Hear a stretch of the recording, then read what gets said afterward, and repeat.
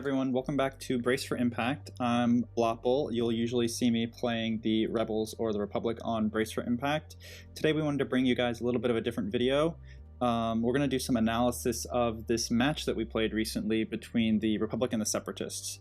We'll try to cover the idea behind both of our lists, what they're trying to accomplish, what we're trying to do with our setup and deployment. And as we go through the match, I'll highlight some of the key mistakes that I might have made.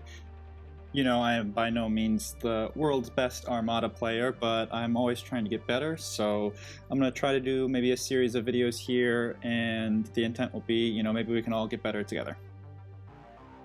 Alright, so this is my list for the match. It's called Bailout, and the idea behind the list is to run 2 Acclamator Is with boosted comms, a bunch of Republic fighters and bombers, and 1 consular with bomber command center.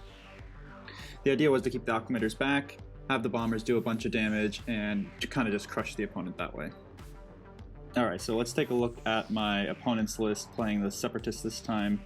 My opponent's list here is Separation Anxiety, and Pace brought 4 hard cells with TRC, a Munificent with Quat and Battle Droid reserves, and 5 Vulture Droid fighters. The idea here is between TRC, Intensify Firepower, and Kraken that he's just going to be able to fix his dice like crazy and do a ton of damage. Okay, so for Bailout, since I have a bunch of bombers, a bunch of fighters, I brought a lot of objective cards that were going to help me out with that. Obviously Superior Positions, obviously Precision Strike. Both of these give a ton of points when your fighters and bombers are attacking a ship.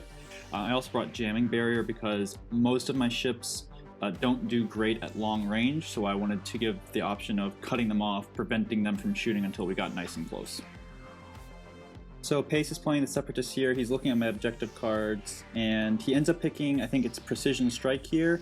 And the reason for that was he wanted to avoid Jamming Barrier because of the massive detriment it is to his mostly red dice ships. Until they cross the Jamming Barrier, they're rolling like 2 or maybe even 1 dice. He also didn't want Superior Positions because of the big deployment advantage it would give me. So Precision Strike was the closest thing to just like a death match for him. It gives him basically the least disadvantage, which is why he went for it. So we're rolling into setup here, and you know, I'm thinking about trying to just give myself a nice arc of obstacles and then put the station kind of in the middle of it. And that was the idea here was I was just going to deploy behind the obstacles and have him come into me and have my fighters just kind of tear him up as he goes through the rocks. You know, normally when I play against Pace, he's a super aggressive player who wants to get a hit on round 2 or round 1 if possible. And so, you know, I was really surprised by his deployment kind of right here, where he just drops that hard cell basically in the back right corner of the map. And it honestly broke my brain. I was like, what is he doing? Like, this basically gives me the choice, right? Like, either I can deploy directly across the map from him and basically we play a death match with no obstacles, or I can deploy kind of cross map from him and try to force him to come into my obstacles to try and give my fighters a big advantage. So I take a second here and think about my options, and I end up committing to the cross map deployment. So I'll drop the consular, and the reason I picked the consular is because it's my least expensive ship. It's not committing as many forces, and I kind of just pull it as far away from him as possible. And, you know, kind of we set the stage for a battle that maybe is going to start on turn 3 or 4 rather than turn 2.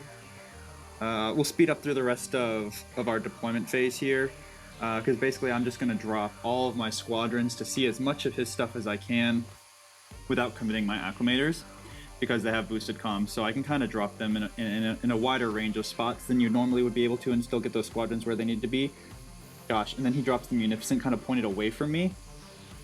So right here is when I'm thinking, okay, he's going to bring his whole fleet and kind of swing it over and try and point the entire thing kind of at me going horizontally across the board. So I start my preparations in terms of my planning for how am I going to joust this guy sideways across the map.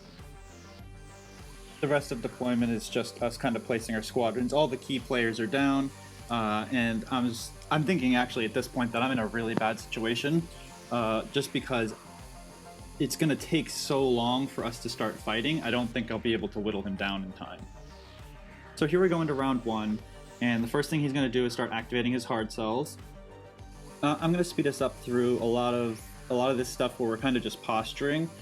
We're trying to get ourselves into position to engage the opponent in the most effective and optimal way possible. So I'm trying to push my squadrons out of the way. The last thing I want him to do is take my already slow, arcs and Y-wings, and, I bump into them and now they're at the back of the Acclamator and they're really never going to be able to get into the action. He's just kind of moving the Munificent away, lining up all the hard cells. The benefit of the hard cell being, it's a one-command ship, so he can just nav every single turn, make sure that they're exactly the way he wants them to be, and then when it's time to attack, measure, make sure, hey, is this in range? Yes, okay, now I'm going to put down my concentrate fires and go with the Kraken Intensify Firepower concentrate fires and really do some damage, which we'll see up in a couple of turns here. Alright, so we're a couple of activations into round 2 now, and what we can see is kind of the plan that I was talking about for Pace. He's swinging the hard cells around to the left to get them kind of all lined up, because what he wants is all 4 of them to hit the same target on the same turn, right? No matter what turn that is. And you can see me, I'm trying to push this big, slow ball of squadrons across the map and get them to engage him before he can engage my Acclamators. So I think one of the big mistakes I make right here is I move this Acclamator up to speed 2 because I just had this feeling of anxiousness or impatience, right? I was like, gosh, he deployed so far away, like, are we ever going to get to fight?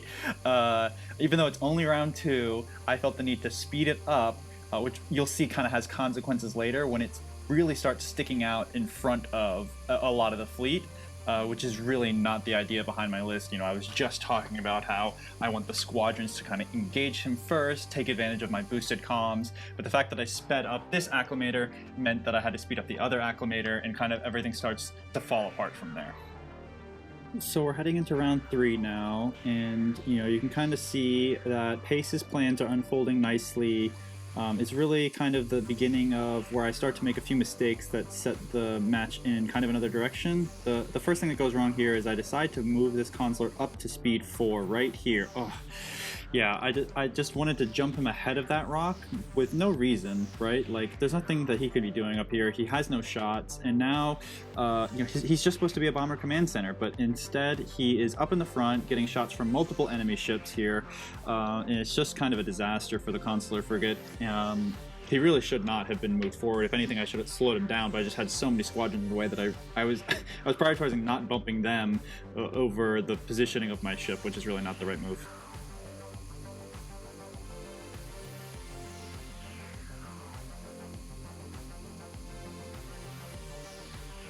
This next activation with the Acclamator is actually not a mistake. I did the correct move here. I realized that the previous turn I shouldn't have sped it up, and I used one of my Bale Navigate commands to slow it back down to speed 1, give it a yaw. I was able to get both of those hard cells in my front arc, which I don't think he was expecting. The downside is, like, this mistake correction is still costing me because the back Acclamator has nowhere to go now. He's stuck between my primary Acclamator, the consular, and this whole ball of squadrons. Like, where does he want to go? He's just absolutely stuck there. And this gets taken advantage of moving forward. We can see here that Pace has completed his straight line of hard cells. He's got a ton of damage coming in. And my vessels are just completely not prepared to take that kind of firepower this round. Just like, look at that, 1, 2, 3, 4. They've all got shots coming up. They've all got good targets, and none of my squadrons have even fired a shot yet. This is where I start to sow the fruits of my indecision here. Because I moved this consular ship forward, now he's taking squadron fire with none of my squadrons there to protect him. Just because he was too far out of engagement, he was out of position, and the Munificent's able to deal some good damage to it from a nice distance away with no risk at all. Finally, I can move some squadrons in. I think we're in the squadron phase coming up here. Yeah, and we go into the next round, and this is where he drops his Intensify Firepower, right? So his full plan is complete. We've got a row of hard cells, we've got Intensify Firepower, we've got TRC, and he's ready to rip my fleet to shreds this turn.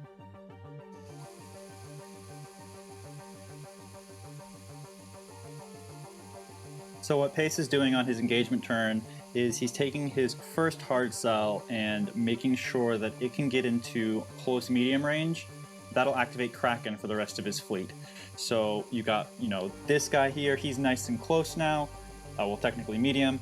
And then all three of the other hard cells can get the Kraken bonus, which lets him, change a die. So between that, Intensify Firepower, and Turbo Laser Reroute Circuits, he's almost able to fix all, 3 of the front die on his ships. My next critical mistake happens right here. So I activate this middle Acclamator because the rest of my fleet is way too far forward. So if I move them in, they're just going to get torn to shreds, right? So I activate the middle Acclamator, and I try to squeeze him in between the Consular, which is way out of position, and the other Acclamator, which is also way too far forward, and there's just no space there. So he ends up bumping, dealing damage to the Consular, helping it to die a nice quick death, and not able to move forward and get into range to help out the rest of the fleet.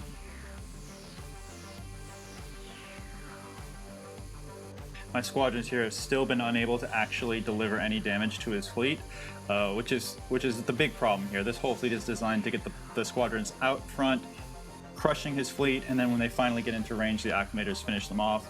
But now, his full health hard cells are just having a field day between Intensify Firepower, Kraken, Turbo Laser Reroute Circuits. They're just ripping the Acclamators to shreds, and you can see basically every time Pace is rolling dice, he's adjusting as many as he wants to get exactly the result that he wants. And he basically switches one to an accuracy if he doesn't have one already, locks my brace, uses Turbo Laser Reroute to make a double hit, and then he's got a hit or a crit on the other dice. If he doesn't, he'll fix one with Intensify Firepower, and boom, 3 damage in, block the brace, 3 damage, block the brace, every single time.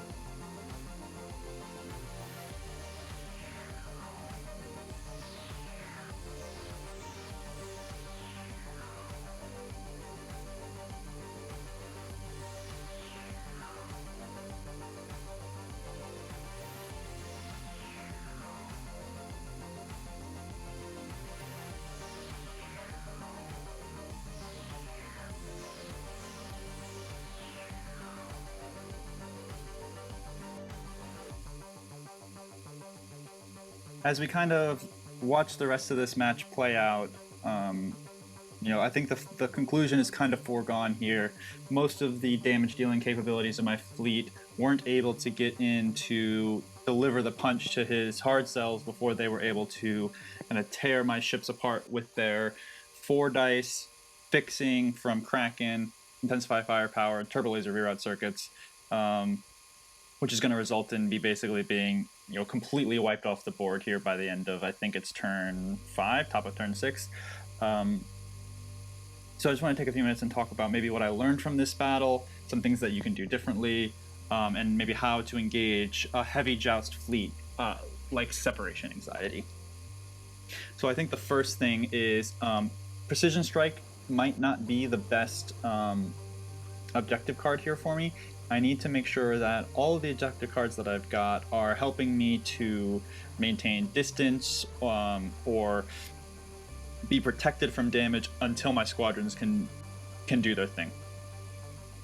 The other thing is to make sure that I don't get baited into charging forward into his fleet for as much as possible. I'm used to Rebel ships, and so typically when I'm playing with Rebel ships, they'll try to kind of go around the outside of the opponent and kind of shoot and scoot with their side arcs. Those ships do a really good job of commanding squadrons and staying out of range of being shot at. With these Republic Acclamators, they're kind of forward-pointing guns, right? So they want to charge into the battle while pushing those squads. And I think that I overestimated how long it would take for me to start taking damage. Just throw the squads out, use boosted comms, stay out of range, let the squadrons do their work. I think, his fleet versus my fleet, if my Acclamators stay back, the squadrons can kind of tear those hard cells apart pretty quickly, overwhelm their defense tokens, and end the match. But of course, if he can get into my carriers, then everything kind of goes awry from there. So I hope you guys like this content that we're putting out. Let me know what you guys think. What could I have done differently? How could this match have played out? What do you think of our lists? And give us a like and comment. Thanks.